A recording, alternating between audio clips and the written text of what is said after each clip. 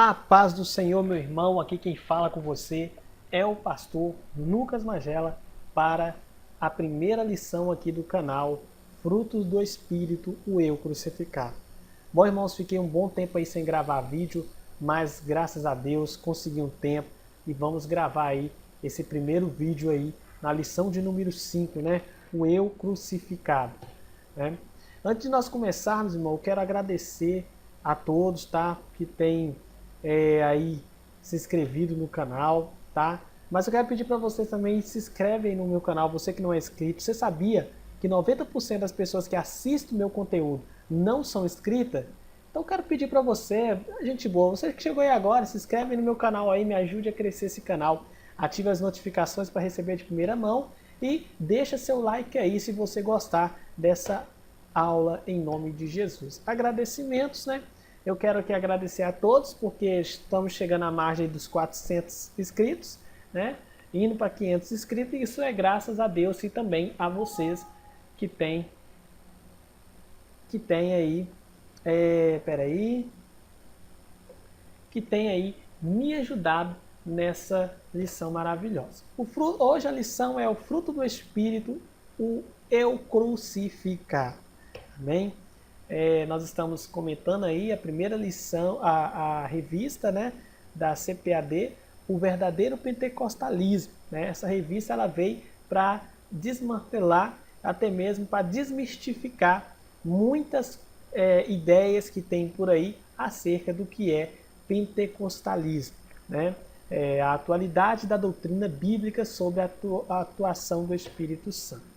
O objetivo geral, irmãos, dessa lição é demonstrar que o fruto do Espírito é um dos temas mais vibrantes da vida. Nosso textual é: o Deus de esperança vos encha de todo gozo e paz em crença, para que abundeis em esperança pela virtude do Espírito Santo. A verdade prática é: o fruto do Espírito é um dos temas mais vibrantes da ética cristã, pois mostra para o mundo o que o Espírito Santo colocou dentro de cada um de nós. O nosso texto em classe é: digo, porém, andai em espírito, e não cumprieis a consciência da carne, porque a carne cobiça contra o espírito. Irmãos, isso aqui é muito importante. Andai no espírito. Veja bem, a pessoa, quando ela anda no espírito, ela é sensível à voz de Deus. Ela consegue perceber a voz de Deus em meio à circunstância. Ela consegue ouvir o Senhor falar para ela: não vá, fique, não faça, porque ela está sendo sensível à voz de Deus, né? E quando a gente é sensível à voz de Deus, nós cumprimos a palavra do Senhor. E nós temos que tomar cuidado, irmãos, com as concupiscências da carne. 2021, século 21, é uma época, irmãos, que não está brincadeira não. É muita coisa que você precisa lutar. E nós vamos falar sobre isso aqui. O fruto do Espírito na vida do crente. Nós sabemos que todo cristão, ele produz um tipo de fruto, assim como a árvore. Há árvores que produzem frutos bons. Há outras que produzem um tipo de fruto que não se come, que é veneno. Qual dessas duas árvores você tem sido? Pergunta chocante, não é, irmãos? Por quê? Porque, irmãos, tem crente que ele não anda no Espírito. E ele, em vez de ser uma árvore frutífera, é uma árvore de veneno. Como assim? Envenenando seus irmãos, pondo discórdia entre os irmãos, pondo um contra o outro, né? Isso não é fruto do Espírito, é fruto da carne. É venenoso, irmão. É perigoso, né? Então quero dizer aqui, toma cuidado com isso. Toma cuidado, porque você tem que ter essa percepção, você tem que entender qual é o fruto que eu tenho produzido. É o fruto do Espírito ou é o fruto da carne?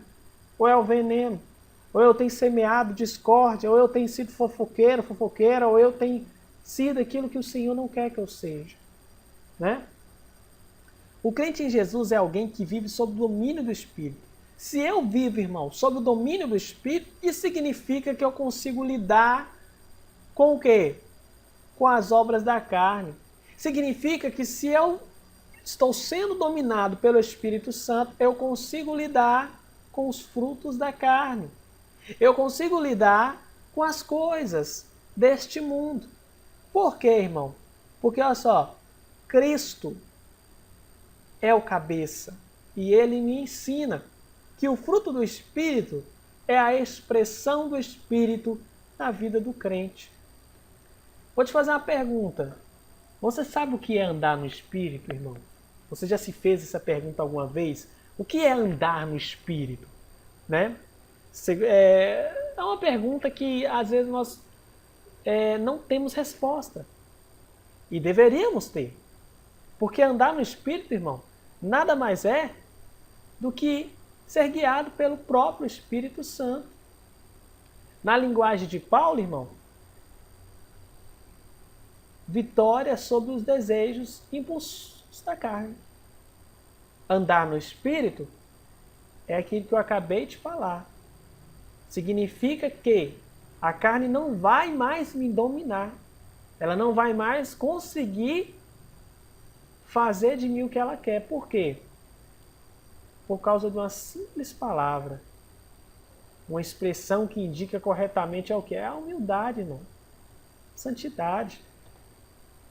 Né? Agora, essa imagem. Notem bem essa imagem. Notem bem essa imagem.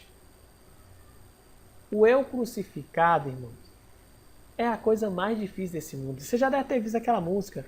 Já estou crucificado com Cristo, agora vivo não mais eu. Irmãos, cantar melodias, cantar música é muito simples. Né? Quando eu falo que eu estou crucificado, eu crucifico os meus desejos. Eu crucifico a minha liberdade no mundo. Eu crucifico uma vida de luxúria, uma vida de bagunça, uma vida de impureza. Eu crucifico uma vida de bebediça. Eu crucifico tudo isso para que Cristo viva em mim. Você está entendendo, irmão? Isso é ser crucificado. É você saber que você pode fazer como Cristo na cruz. Jesus podia descer daquela cruz, irmãos. Ele tinha todo o poder. Mas ele não desceu. Da mesma forma eu digo para você. Você também pode fazer o que você quiser. Contanto, Cristo tomará isso em juízo um dia. Nós temos que tomar cuidado com a liberdade que Cristo nos dá. Amém? A síntese desse tópico primeiro é: o fruto do Espírito revela o crente que vive sob os domínios do Espírito. Né? Então, tá aí. Essa imagem, por exemplo, ela fala muito, né, irmãos? Ela fala muito comigo, ela fala muito com você, eu creio, por causa que você vê um homem está em adoração e um vento impetuoso está sobre ele, né? É como se fosse o Espírito Santo o envolvendo. Ele de braços abertos significa entrega. Assim temos que ser nós na nossa vida diária com o Senhor. O tópico 2 diz: diferença e relação entre o fruto e os dons do Espírito. A diferença, irmãos, a primeira é a maior modalidade de fruto do Espírito, é o amor. As demais modalidades são reflexos do amor. O apóstolo Paulo usa o amor como representante do fruto do Espírito ao comparar o fruto com os dons do Espírito. Se você tem amor, o amor é superior a todos os dons. E significa uma coisa, irmão. Andar no Espírito significa amar. Amar até aquelas pessoas que muitas das vezes te fazem mal. É difícil, né, irmão? Aquela pessoa que está querendo a sua queda, o seu mal. A Bíblia diz que nós temos que amar. Porque isso é fruto do Espírito. O que não é o fruto do Espírito, então? O que não é fruto do Espírito é ódio, mexerico, fofoca, prostituição, contenda, intriga, inimizade. Todas estas coisas não são fruto do Espírito. A segunda é os dons na igreja. Convém relembrar que os dons são importantes. Irmãos, nessa época tá difícil, né? A gente quase não ouve falar de dons espirituais, e quando você fala de dons de língua, aí nós temos alguns pastores por aí que afirma que os dons de língua ficou no passado. Eu vou falar uma coisa para você, cada um tem seu modo de pensar, mas eles não, para mim, na minha opinião, os dons espirituais são atualizadíssimos. Se eu busquei um dom de língua estranha, eu vou falar. E não me preocupo com a opinião das pessoas, porque eu sei o que é intimidade com Deus. Eu sei o que é intimidade com Deus.